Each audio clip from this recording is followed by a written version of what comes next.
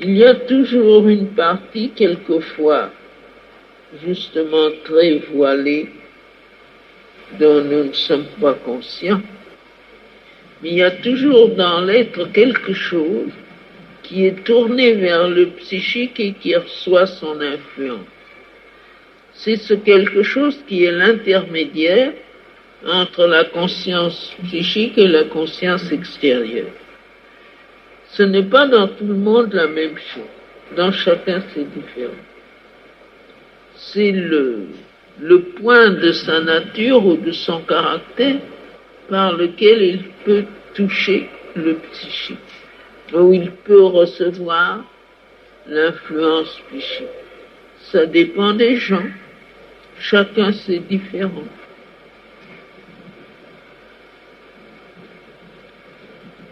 Chacun a un point comme ça.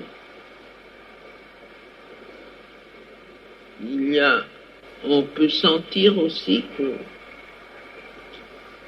il y a certaines choses qui tout d'un coup vous poussent, vous élèvent au-dessus de vous-même, vous ouvrent comme une porte sur quelque chose de plus grand. Ça peut être beaucoup de choses, et ça dépend de la nature de chacun.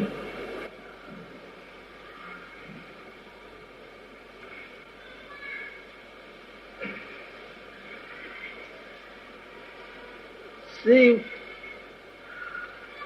la partie de l'être qui s'enthousiasme pour quelque chose. C'est cette capacité d'enthousiasme. Il y a deux choses principales.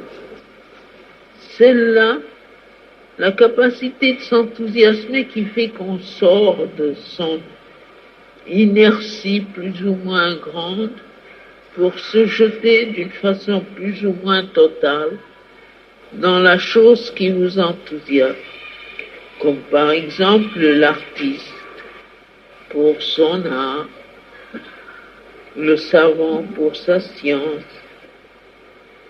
et en général, toute personne qui crée ou qui construit a une ouverture, l'ouverture d'une faculté spéciale, d'une possibilité spéciale, qui crée en vous un enthousiasme. Quand ça peut être actif, alors quelque chose de l'être s'éveille et il y a une participation de presque tout l'être à la chose faite. Il y a ça, et puis ceux qui ont une faculté innée de gratitude. Ceux qui ont un besoin ardent de répondre avec chaleur, dévouement, joie à quelque chose qu'ils sentent comme une merveille qui est cachée derrière toute la vie. Derrière le moindre petit élément, le moindre petit événement de la vie, qui sentent cette beauté souveraine ou cette grâce infinie qui est derrière toute chose. J'ai connu des gens qui ne savaient pour ainsi dire rien, qui étaient très peu éduqués, dont le mental était d'une qualité tout à fait ordinaire, et qui avaient en eux cette capacité de gratitude, de chaleur qui se donne, qui comprend et qui remercie. Eh bien, pour eux, le contact avec le psychique était très fréquent, presque constant. Et dans la mesure où ils en étaient capables, ils étaient conscients. Pas très conscients, mais un peu conscients dans le sens qu'ils se sentaient portés, aidés, soulevés au-dessus d'eux-mêmes.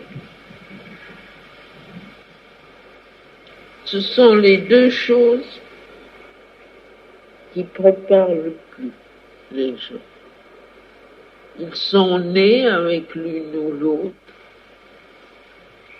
et s'ils en prennent la peine, ça se développe petit à petit, ça grandit.